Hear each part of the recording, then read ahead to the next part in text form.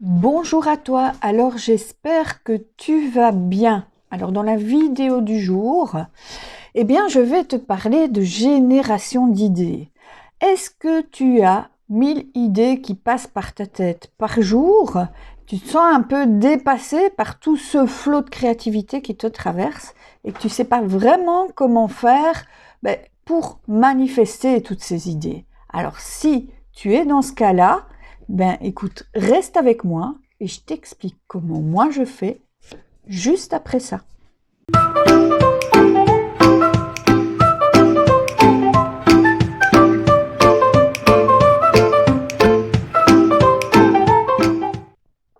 Alors, est-ce qu'il t'arrive comme moi d'être assailli par un flot d'idées et de ne pas savoir comment faire pour les mettre en œuvre? Alors, je vais t'expliquer ici ma méthode pour pouvoir faire en sorte que ces idées voient le jour. Alors, cette méthode, elle est en 4 parties et je t'invite à rester jusqu'à la fin parce que la dernière partie, c'est vraiment la plus importante. Alors, la première chose à faire quand tu as beaucoup d'idées qui t'arrivent, la première chose à faire, c'est très simple, c'est utiliser la technique de ce bon vieux post-it. Ce que je vais t'inviter à faire, c'est de vider ta tête. Donc, quand les idées t'arrivent, tu les notes sur ton post-it. Tu mets une idée par post-it, tu colles ce post-it quelque part où tu pourras organiser par la suite tes idées, mais surtout, tu la notes et puis tu l'oublies. De cette manière-là, en fait, tu verras que tu sentiras beaucoup moins cette pression sur tes épaules parce que simplement, tu auras vidé ta tête et ça te permettra déjà d'avoir beaucoup plus de clarté par la suite. Ensuite, une fois que tu as vidé ta tête, ce que je t'invite à faire pour pouvoir après faire les étapes suivantes, c'est de te connecter à ta vision. Qu'est-ce que tu veux en fait? Qu'est-ce que tu veux réaliser? Quel est ton élan de contribution? Parce que c'est à partir de là que tu vas pouvoir prendre les bonnes décisions. Alors, se connecter à sa vision, ça demande vraiment un travail. Donc, je ne sais pas si tu as déjà écrit ta vision, mais c'est une des étapes importantes qui, finalement, est à faire je dirais, en premier lieu. Alors, si tu ne l'as pas déjà fait, que tu ne vois pas comment faire, écris-moi un petit mot en commentaire. Comme ça, je verrai si ça t'intéresse. Et pourquoi pas, je ferai une vidéo exclusivement sur le sujet. Donc, numéro 1, vide ta tête, écris tes idées sur des post-it. Numéro 2, connecte-toi à ta vision. Et numéro 3, là, tu peux passer dans la phase d'organisation. Donc, ce que je t'invite à faire, c'est de trouver un temps où tu vas t'occuper de toutes ces idées. Donc, tu les as notées sur un post-it, tu les as mises bien au chaud quelque part. C'est important que tu consacres dans ton emploi du temps un moment pour t'occuper de toutes ces idées et de les organiser. Alors, comment faire pour organiser ces idées? La première chose à se faire, c'est de voir à partir d'où tu as eu cette idée. À partir d'où, ça veut dire, si tu veux, soit tu génères des idées parce qu'en fait, tu es dans l'inspiration et c'est vraiment ton intuition qui t'amène ces idées et tu verras que dans ton corps, ça se passe d'une certaine manière. Moi, par exemple, quand je suis vraiment dans l'inspiration, je sens ici une ouverture au niveau de mon plexus solaire. Et c'est comme ça que je sais que cette idée, c'est mon intuition, c'est mon inspiration qui me l'a amenée. Ensuite, je vais avoir des idées qui vont être générées à partir de la part de moi qui est plutôt perfectionniste. Ça, c'est toutes les idées qui restent cristallisées. Toutes les choses que je laisse dans mon placard parce que j'arrive pas à aller dans le moindre détail, justement parce qu'elles ne sont pas parfaites. Donc ça, c'est toutes des choses qui me pèsent, toutes des idées en fait qui me drainent. Et donc dans mon corps, ça ne se passe pas du tout de la même manière. Je sens cette lourdeur sur mes épaules, etc. Quand c'est des idées finalement qui sont cristallisées depuis longtemps et qui sont restées dans mon placard à cause du fait que j'ai une part de moi qui est perfectionniste.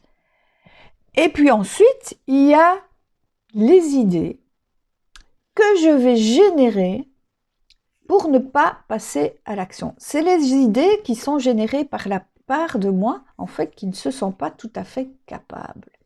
Si tu veux, c'est un petit peu, si tu imagines une pieuvre ou un poulpe, ces idées, c'est quand tu poursuis, je suppose que tu l'as jamais fait, mais tu sais que quand on poursuit une pieuvre, pour se défendre, elle va te lâcher un nuage d'encre. Eh bien, ces idées-là, ce sont des nuages d'encre. Ce sont des choses, des idées qui vont me mettre dans un espèce de brouillard, finalement pour me protéger et m'éviter de passer à l'action. Et ça aussi, si je me connecte à ces idées-là, eh bien, ça ne se passe pas du tout dans mon corps de la même façon. Donc, étape numéro 3, d'abord, pour organiser tes idées, essaye de savoir à partir d'où cette idée a été générée. Est-ce que c'est une intuition, quelque chose que tu as canalisé? Est-ce que c'est plutôt une idée qui est restée longtemps cristallisée parce que ta part perfectionniste pense qu'elle n'est pas encore tout à fait parfaite? Ou alors est-ce que c'est plutôt une idée nuage d'encre qui t'empêche juste de passer à l'action et qui brouille en fait ta vision pour te protéger dans la peur du changement, dans la peur de passer à l'action? Voilà, première manière d'organiser les idées. Après, tu prends l'engagement, tu vas avoir des familles d'idées, les inspirations, les idées qui sont là cristallisées depuis longtemps, et puis les idées qui sont des nuages d'encre. Une fois que tu as défini ces 3 familles, prends l'engagement de t'occuper vraiment de ces 3 familles. Alors, tu vas donc prendre l'engagement de t'occuper d'abord, peut-être de cette part perfectionniste, parce que si tu t'occupes pas de cette perfectionniste pour lui donner plus de souplesse et plus d'agilité, après la mise en œuvre de vraiment tes idées qui seront des idées canalisées qui viennent de ton intuition, va être complexe. Donc occupe-toi de cette perfectionniste. Donc moi c'est ce que je fais avec toutes mes clientes, j'ai différentes techniques qui les aident justement d'aller accueillir cette part-là en elles et pour pouvoir les transmuter cette part d'elles qui sont perfectionnistes pour qu'il y ait plus de souplesse et plus d'agilité. Ensuite, tu vas t'occuper aussi des idées qui sont générées par la peur du changement. Pourquoi? Même chose, pour éviter que ça te mette des bâtons dans les roues pour la génération des idées qui sont purement inspirées. Occupe-toi de cette part de toi qui ne se sent pas capable, qui a peur du changement, qui a peur d'y aller, pour qu'elle puisse après vraiment être beaucoup plus assise dans sa posture et que tu sois pleinement libre de manifester les vraies idées. Parce que tu l'as compris, les vraies idées, ce sont les idées que tu as canalisées. Alors, pour t'occuper de ces idées-là, de nouveau, l'important, c'est de pouvoir les organiser en fonction de ta vision et pouvoir savoir de manière la plus concrète possible, mais quelle est l'idée numéro 1 de tout ce flot d'idées? Par laquelle vais-je commencer? Alors moi, pour ça, j'utilise un petit outil qui s'appelle la matrice de décision, qui va te permettre en fait de ne te détacher de l'affectif, parce que quelque part, choisir une idée, c'est aussi abandonner les autres. Donc il y a beaucoup d'affectifs là-dedans, mais de manière très très cartésienne, objective, pouvoir prioriser tes idées et choisir peut-être les 3 plus importantes, plus impactantes pour toi. Alors si cet outil, cette matrice de décision t'intéresse pour que tu puisses toi passer à l'action, je t'invite à me mettre en commentaire idée et je me mettrai en contact avec toi et je t'enverrai ces petits outils, en tout cas si ça t'intéresse.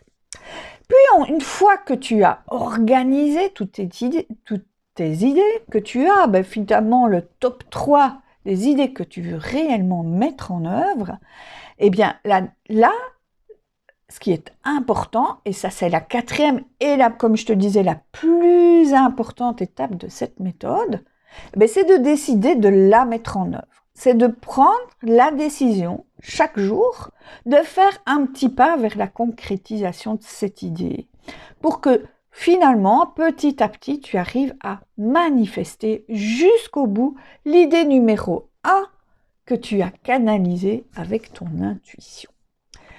Voilà donc la méthode que, en tout cas, moi j'utilise pour moi. J'espère que cette méthode t'a inspiré. Si tu veux le petit outil, mets-moi idée en commentaire. Et si le contenu de cette chaîne t'intéresse, mais moi ce que je vais t'inviter à faire, c'est de cliquer ici sur mon petit avatar. Et je te dis à très bientôt pour une prochaine vidéo. Ciao!